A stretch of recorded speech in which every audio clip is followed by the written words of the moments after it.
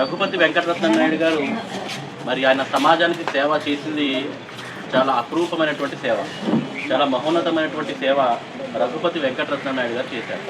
ఓకేనా? ముఖ్యంగా ఆయన చేసినటువంటి సేవల్లో చాలా గొప్ప సేవ ఏమిటంటే అనాథాశ్రమం అని నిర్మించడం అన్నమాట. మొత్తం ప్రపంచంలో దక్షిణ భారతదేశంలోనే మొట్టమొదటి అనాథ శరణాలయాన్ని నిర్మించింది ఎవరయ్యా అంటే రఘుపతి వెంకటరత్నం నాయుడు గారు. అలాగే ఆయన తనకు వచ్చినటువంటి జీతంలో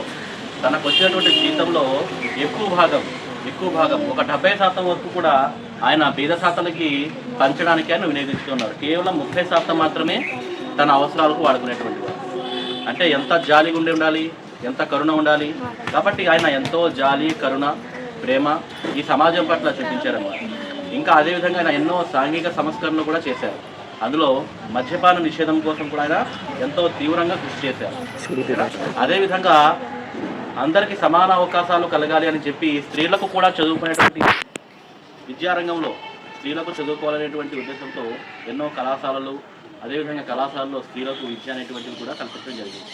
మరి ఇలా ఆయన గురించి అనేక విషయాలు ఉన్నాయి.